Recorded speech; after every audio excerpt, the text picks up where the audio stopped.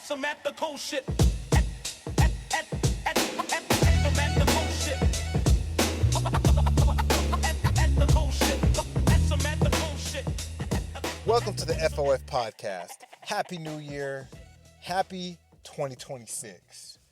Now, this being the first podcast, I wanted to do something like firsts, right? Like maybe talk about Genesis, or maybe talk about my first fight, or people's first fights, or, the first edition of Spawn or something, the firsts, right? First something. And that was the plan, except as is typically the case, plans don't work out, right? And ironically, instead of talking about firsts, I'm going to talk about lasts, finales, specifically the Stranger Things finale, because I just watched it and oh my goodness, phenomenal. The whole series, I give like an 8 out of 10. Sounds a bit fair, 8.5 out of 10. It had its high points, had its low points, but overall 8 out of 10. I like it. It was, at the time, it was very unique. Just a bunch of friends in their basement playing D&D, and they stumble upon a secret government program. Super dope, right? Who could have connected those two themes, right? That's creativity on another level. Connecting D&D and secret government programs and kids, Goonies, very unique, very original. The funny thing is, right?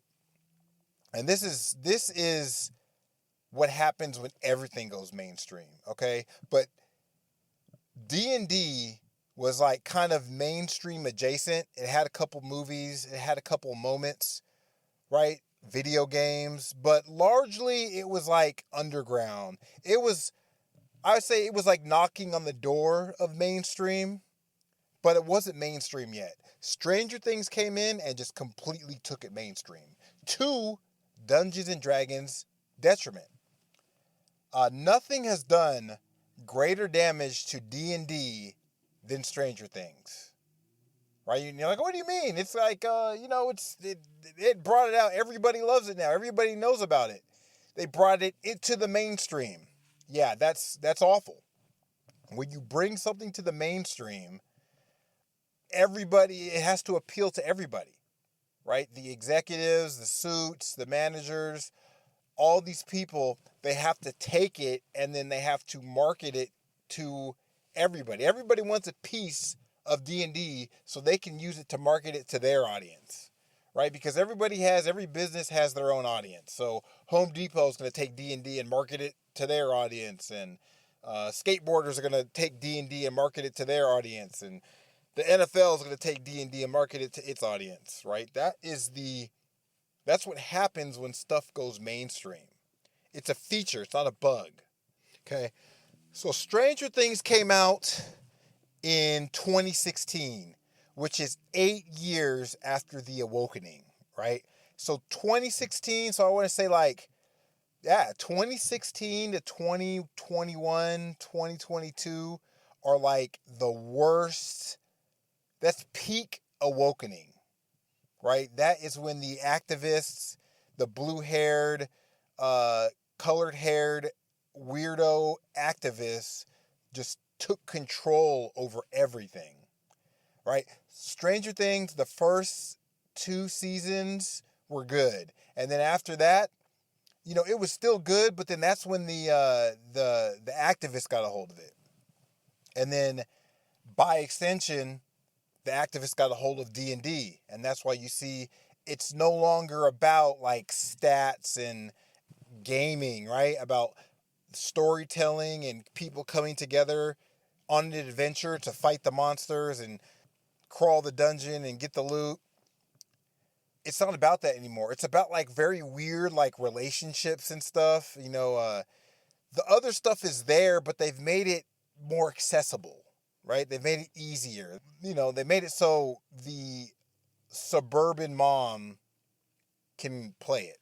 And no, I'm not taking shots at suburban moms. I'm saying D&D was not originally designed for suburban moms. It wasn't originally designed for the bros, right? It wasn't originally designed for that. It was originally designed, I think, as a war game, like from war gamers, right? I think war gamers designed D&D originally. I could be wrong on that, but I know for a fact that it was not designed for bros. It was not designed for suburban moms. Something becoming mainstream means that it has to be designed for those people.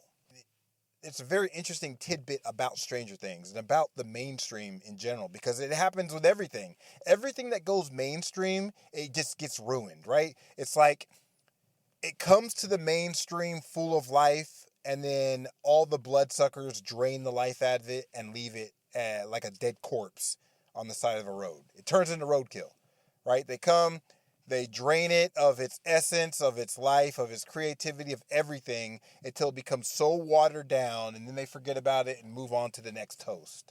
That's what happens. People are like, oh yeah, I want X, X, Y, and Z to go mainstream. No, you don't, because it's going to ruin why you loved it in the first place.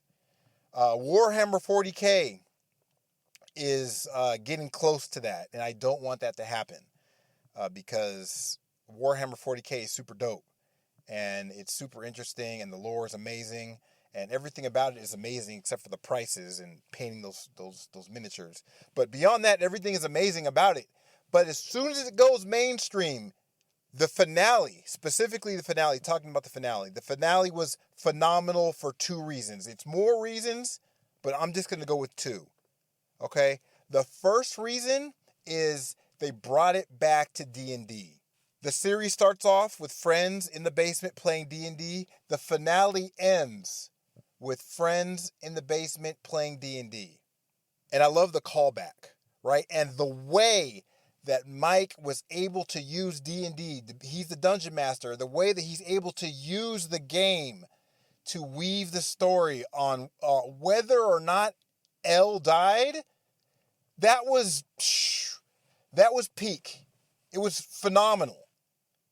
Right? She comes out of the portal, and her sister, you thought she was dead, but she cast the illusion, and then Elle, she made it out. She wasn't really in the truck, and then she made it out, and then she went to Scotland with the 3 waterfalls. Right? Absolute peak creativity, absolutely peak writing. I love it. And then they went further. Right? They went further. Mike went further, and he used the game to illustrate and show the future of his friends. I mean, it was 10 out of 10. That moment, that final moment in the basement, 10 out of 10, right? He just used the game. And again, D&D is the staple of the series. Right? They kept using it as a callback. Well, this monster's like this, and this monster's like that, and this is a dungeon, and it's D&D was the fabric of the show. And for them to end on it, and for them to link their futures with the game, it was great, right? And then what happens? He weaves this tale of all of his friends' futures, and they take their binders, they put it on the shelf, and then they go upstairs and they leave. That's it. It's kind of like a symbolic for, they're leaving the game behind. That's the last game, and now they're going to go into adulthood. They're going to go off onto their journeys into adulthood. And then, of course, Holly and her friends come downstairs and they pick up the game, and that's kind of symbolizes the next generation. Obviously, they're setting it up for Holly and her friends. They're going to have their own little adventures with D&D and Stranger Things, and that's going to be the next series, right? I love it. Will I watch the next series? I don't know. Maybe, probably not. D&D at its core is marketed to men. It's marketed to boys. Now it's like it's gone so mainstream, and it's like, okay, now it's because Holly and her friends, it's a primarily female group. And again, there's nothing wrong with women and girls playing D&D, but by and large, I don't think that's the group. I don't think the girls are going to tune in and watch the second season. I don't think that's going to happen. I could be wrong. And it might be fire. It might be fire. So, and if it is, I will gladly say I was wrong. I have no issue saying I was wrong. But I just don't like it when they try to do something and it's like successful with boys and men, and they're like, okay, let's do the girl version. There's like when has that ever worked? And that's a whole nother topic. But I just don't like it when they do that. It's just completely arbitrary. It's like, oh well, now it's our turn. No, like that's not how that works. You know, the girls have their own things that they like, and boys have their own things that they like, and that's completely okay. It doesn't have to be, and it's always like one way, right? It's always one way. It always goes it's always the girl's turn. It's never like, okay, this was a successful girl property, let's turn it into a boy property. Because they know that won't work. Tangent. But that was the first reason. All right, absolutely phenomenal storytelling, absolutely phenomenal writing. The whole moment in the basement was just great, right? The second reason I think that the finale was, again, a 10 out of 10 was because there was hope, right? There was happiness. Okay, for the past 5, 6, 7, 8 years, we've had so much like depression and is nihilism? We've had so much depression, and we've had so much like morally gray, deconstructing, moody, gritty, dark movies and media, and just content. Like that is we want to make it dark, we want to make it moody, we want to make it gritty. We make it real, and there's been enough of that. I liked that this Stranger Things was the opposite. Stranger Things, the finale, it didn't end. There was no, it was bittersweet. It was sad because it was coming to an end and the friends are going away to do their own things. That was sad, but only Kali died. One person died. And she wasn't really even in the series. Like, if you were going to kill somebody, that was the person to kill, because I had completely forgotten about her. I think everyone had completely forgotten about her until she showed up in the last season. Right? So there was like no connection there. But other than that, the main cast, nobody died. Right? Everybody is still alive. I think Elle is still alive. That's what I think. That can be left up into interpretation. But the very fact that it's not confirmed that she's dead, again, that's hope. There's a sliver of hope. There's a possibility that she is alive. Which, again, that is the hope that I'm talking about. That is the looking forward to things. That is the goodness, bittersweet. It's not depressive. Half the characters aren't dead. The survivors aren't riddled with PTSD and depressed, and the bad guys didn't win. And it was great. It was inspiring. It was like the good guys, they won. They conquered the evil, they beat the monsters, and they're going to go off to live happily ever after. We don't have enough of that these days. So again, that's another reason why I think the finale really hit. I'm getting tired of like the deconstructing and the morally gray anti-heroes, right? Don't get me wrong. That stuff is good. I like that, but it's just right now it's too much. Right? It's too much. Like, what's his name? Pedro Pascal. He's a good actor. But it's too much of Pedro Pascal. You've heard the term, too much of a good thing, right? That's what we see. And again, that goes back to the mainstream. That goes back to the executives. And they're like, okay, this is what's popular now. So we are going to take this theme of deconstructing, of anti-heroes, of morally gray and gritty and realism. We're going to take that theme and we're just going to milk it, right? That is the theme. My favorite comic book hero is Spawn, who's an anti-hero, right? He's the anti-hero. And the anti-hero was knocking at the door of mainstream, right? And then, boom, it just became mainstream. You have Wolverine, Venom. A lot of these are, Game of Thrones, a lot of anti-heroes. At the time, because it was something different, people loved it. But then it starts getting too much. And I think that's where we're at right now, where I'm getting sick of that. The new Robin Hood, did you not see the trailer? We're going to deconstruct Robin Hood. I think that's where we're at right now. And it just gets it gets tiresome, right? The trailer for Robin Hood, the new Robin Hood, it's like we're deconstructing Robin Hood and he's like really this bad guy. And that's what the trailer seems to portray. I don't know if that's true or not, but it's like, that's what it is. And it's like, it's too much. What's that meme where the Chinese guy is working with the Africans? It's all so tiresome. There's a hilarious story behind that. That's for another episode. All right. But that is another reason why the finale hit so hard. The finale was so good. Joyce and Hopper, they're going to get married and moved to New York. And the people that are hiring him, it starts with an M. I don't remember what it's called, but that's another government, another secret government project. I think that one's about time travel. So that's another thing. But again, these are happy endings. Joyce and Hopper, they're going to get married. What did he do? He proposed in a nice restaurant. He had a nice singer. Everyone was like clapping. It was great. It was hopeful. It was inspiring, right? It was a good, happily ever after ending. All right. You have the older ones, the younger adults. So that's going to be Steve.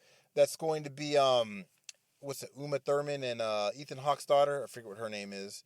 It's her. It's Nancy, it's Jonathan, all of them. They're on the roof and they're celebrating and they're like, this is what I do and this is what you do. And then we're going to meet once a year, every year, because so we don't grow apart. That's great. I loved it. And then, of course, it's like everybody has, you got Hopper saying, hey, look, man, don't go down the dark path. You got two roads you can follow. He's talking to Mike. You got two roads you can follow. One is a road of depression and sadness and guilt, right? And the other one is not. It's full of, it's the opposite. And again, that's, to me, it's like a microcosm of what the ending could have been, right? The ending could have gone two roads. It could have gone this bleak, depressing road, or it could go the road that they took. And I'm happy and thankful that they took that road. Hopefully, because of the success of that show, people will start to do that more. Now, was the whole show happy? Yes, I think actually it was. Of course, it's going to have its ups and downs, but at the end, they always defeated the monster. Props to the directors. I thought they really nailed that ending. With that being said, the finale, as far as accidental Christianity, it was everywhere, right? And for those of you that don't know, accidental Christianity is when a work of fiction, it could be fiction, it could be nonfiction, right? It could even happen in real life, right? It's when people accidentally express themes or archetypes found in the gospel, in Christianity, in the Bible. Right? That's what accidental Christianity is. And the whole premise of that, God created reality. He created us. And because he created us, we have no choice but to sometimes just express themes and archetypes and stories in our own work, in our own creative work, in our own daily lives, regardless of whether we're trying to or not. We have no choice but to express and echo and just do things that are found in the Bible, themes that are found in the Bible, archetypes that are found in the Bible. We have no choice but to do it, right? It's very similar to okay, your earthly father, right? Regardless of how you feel about your parents, sometimes at some point in your life, there's going to be things that you do exactly like your parents. Right? You might stand like them. You might scratch your head like them. You might like the same types of shows, the same type of music. You might move your hands when you talk the same way. Right? You might be loud like them. You pick up and you will do, regardless of how you feel. You have no choice because they made you.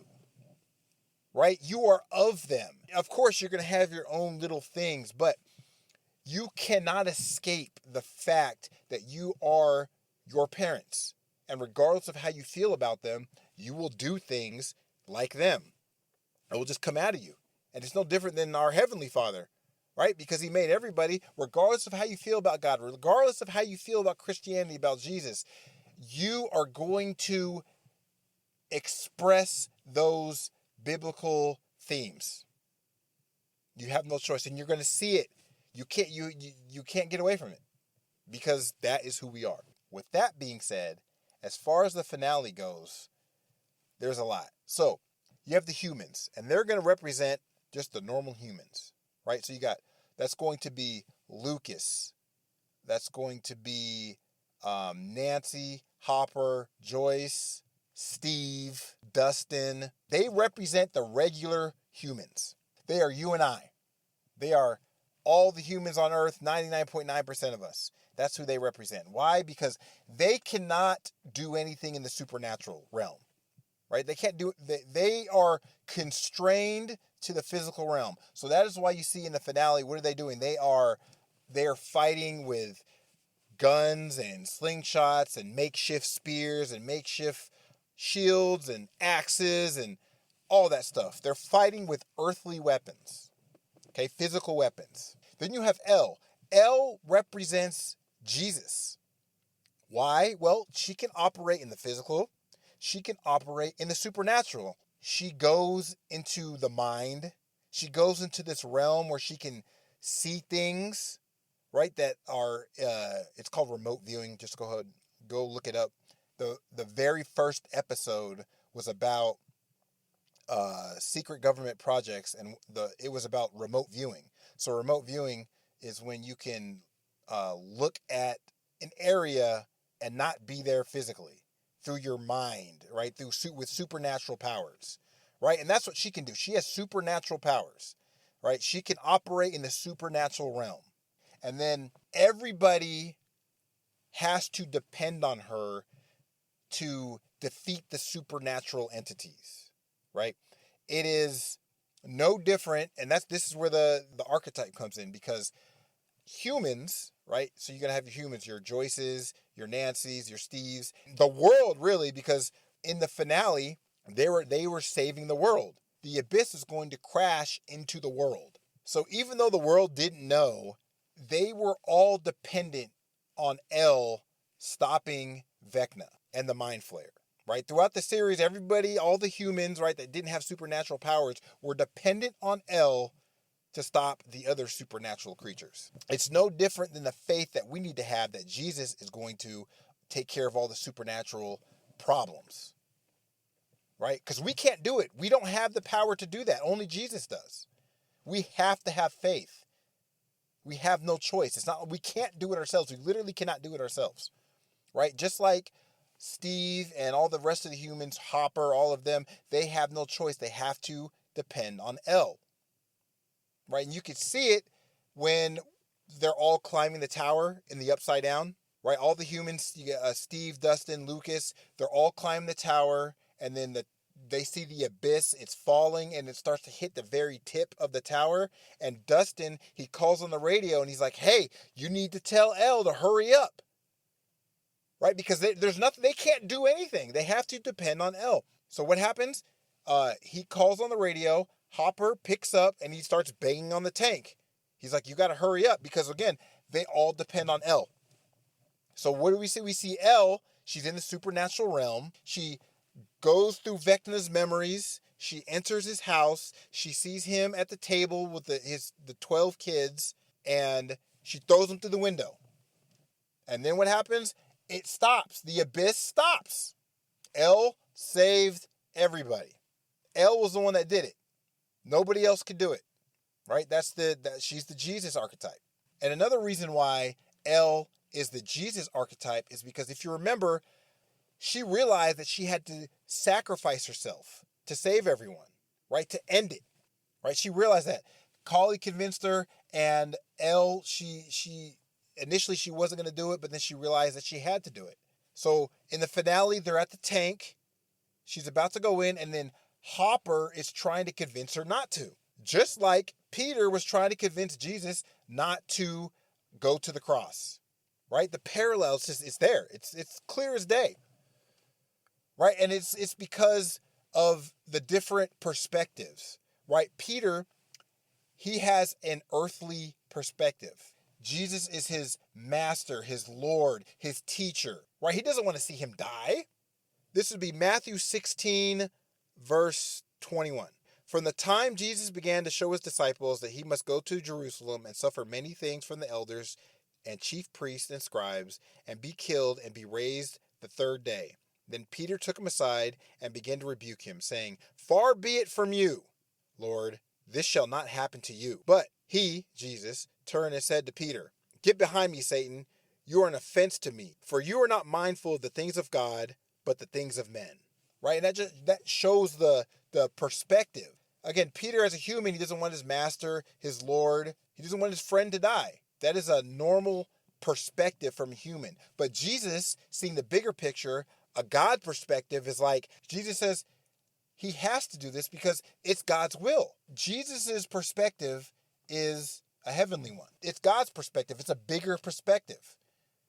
Right? And then parallel that with Stranger Things, when you have Hopper, who's representing Peter, is telling Elle, you're not going to sacrifice yourself.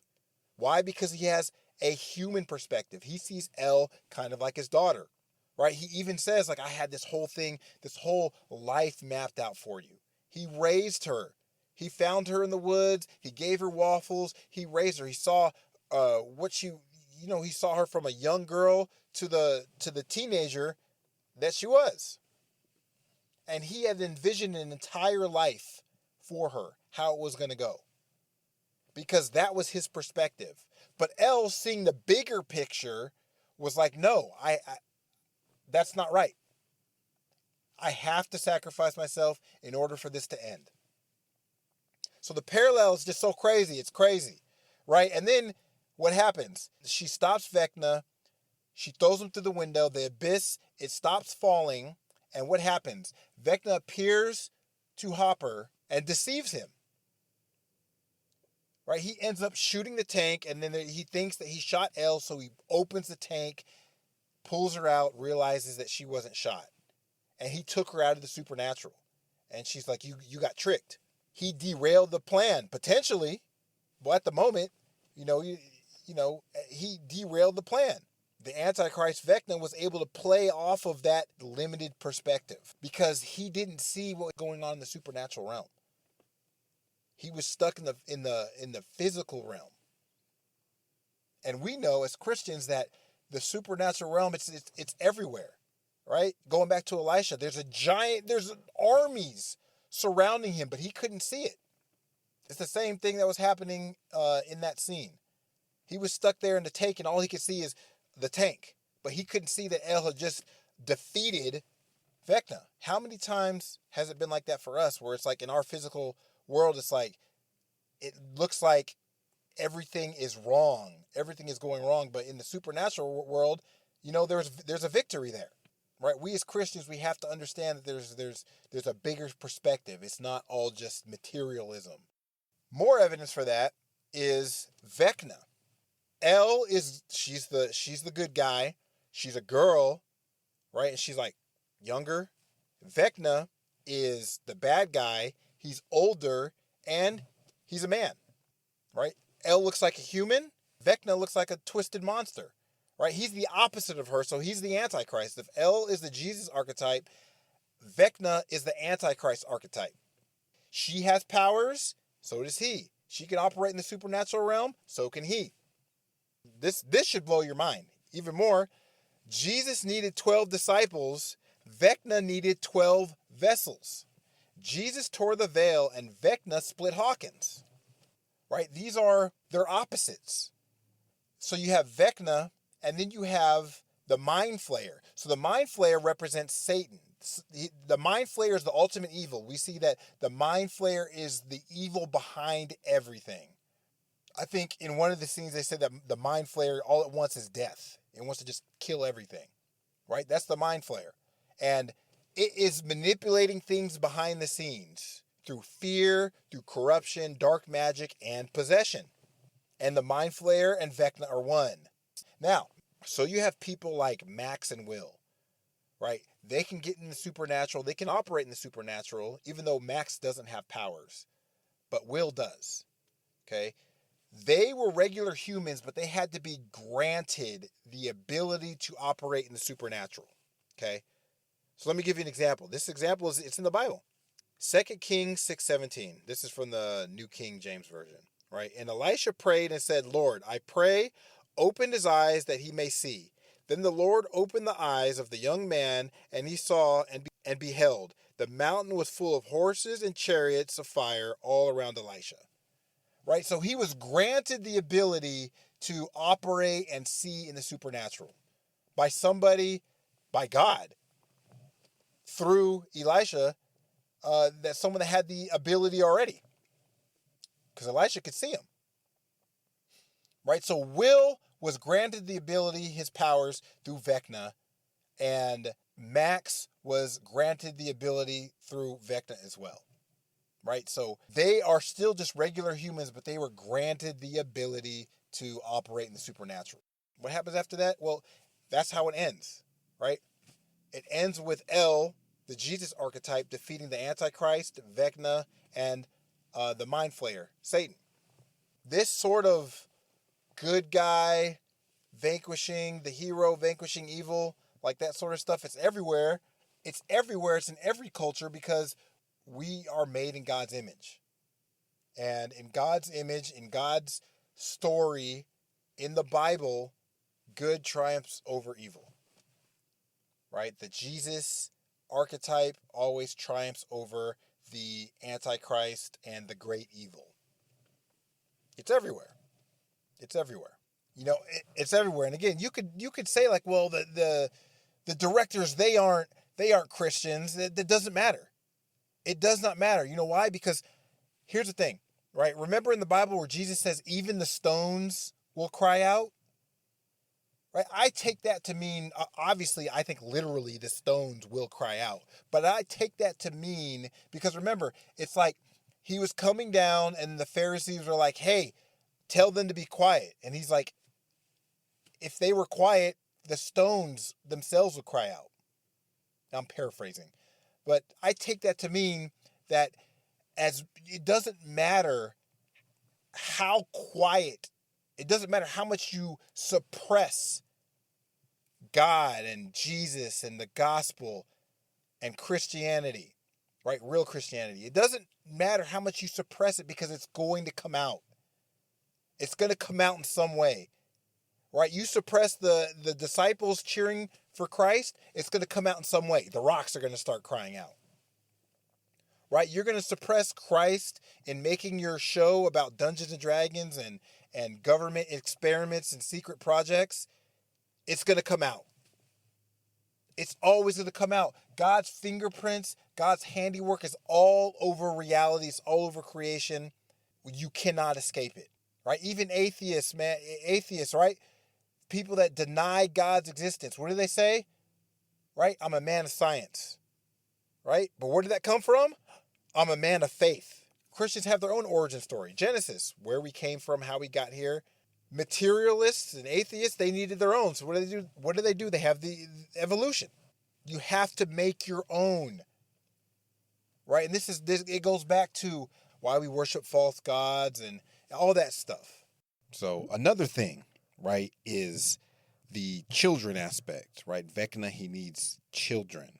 And he was talking about how he prefers children because the adult minds are like stuck, right? And that's, again, it's another opposite to Christ, another antichrist. Because what does he say about kids, right? Matthew 18:3, I say to you, unless you are converted and become as little children, you will by no means enter the kingdom of heaven, right? Mark 10:15, whoever does not receive the kingdom of God as a little child will by no means enter it. It's interesting because this kind of goes to boxing.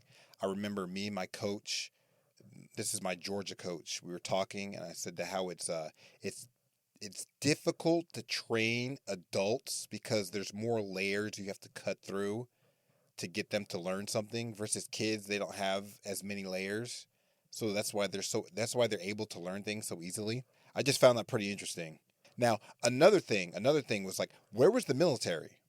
Right? The military since season 1 was like a huge force. And at the end of the finale, the military is just gone.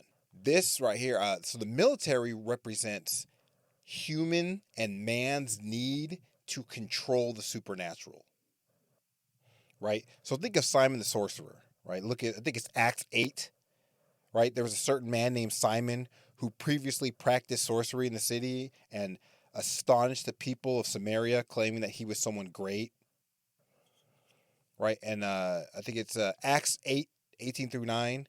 And when Simon saw that through the laying on of the apostles' hands the Holy Spirit was given, he offered them money, saying, "Give me this power also, that anyone on whom I lay hands may receive the Holy Spirit."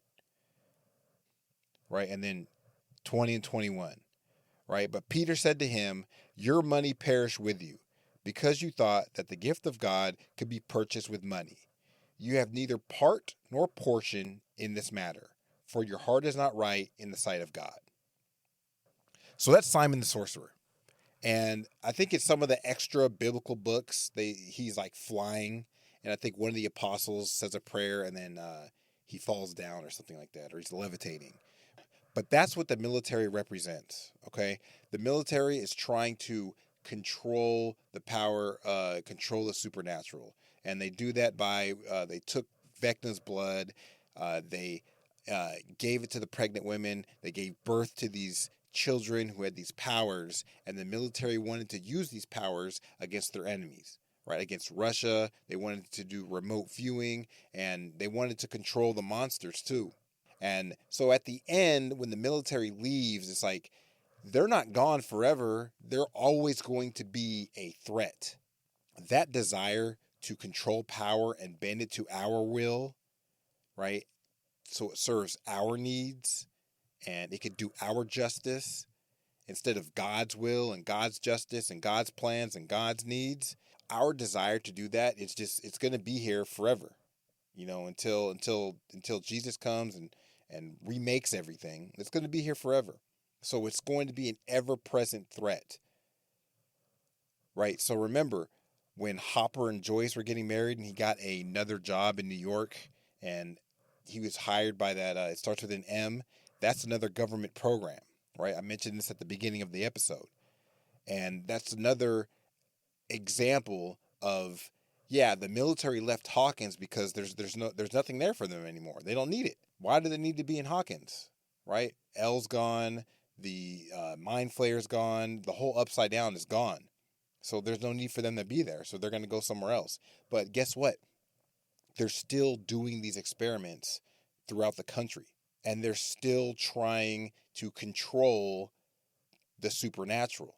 Think about it with CERN. Remember CERN, that they have that collider where they smash particles together to create black holes? It's the same thing. Right? Saul, once God was done with Saul, he went and he consulted the witch and tried to get powers from there because he wanted to do it his way and not God's way. And the military it represents that in the series. And there's more. There's a lot more throughout the series. But I just wanted to focus on the finale because it was just so good. I loved it. I thought they did a great job. And, I'm glad they didn't draw it out. I was upset that they released it in 3 parts or whatever. But I'm glad they didn't draw it out as in like, oh, there's another season. I know, again, this is going back to the executives and milking things. I know that they're going to have 1,000 million spinoffs, and they got the animated series coming out. And I might check that out, but ultimately, what Stranger Things was, I think, was one of the last shared experiences that American culture has. I grew up in the 90s. So all of us, we all watched the same shows, right? We all have a shared experience. We all watched Rugrats. We all watched Doug. We all watched Recess, Hey Arnold. Everybody watched those shows. The Fresh Prince of Bel-Air. Obviously you had your different cultures, but mostly everybody watched those same shows, right? And then the streaming era hits, and then you have 1,000,000 different shows, 1,000 different shows. And everybody doesn't have that shared experience. You have one person that's like, oh, I like this show that I never heard of. And this person's like, I watched this show that I never heard of. Right? But Stranger Things, Game of Thrones, Walking Dead, Breaking Bad, like those were the last like shared experiences that we have as far as American media and content goes. So I'm interested to see where this is going to go. But yeah, that's about it. There's more. And I'll do another episode or two about the other stuff that I've seen in Stranger Things. But I just wanted to focus on the finale. So thank you for listening. Thanks for hanging out. What do you guys think? Is this a reach? Am I seeing stuff that's not there? Because you might not see it. You might not think like, yeah, you're crazy, right? But this is what I see, right? This is just what I see. So leave a comment, share, talk about it. Let me know how you feel. And I appreciate you listening, and I'll catch you on the next one.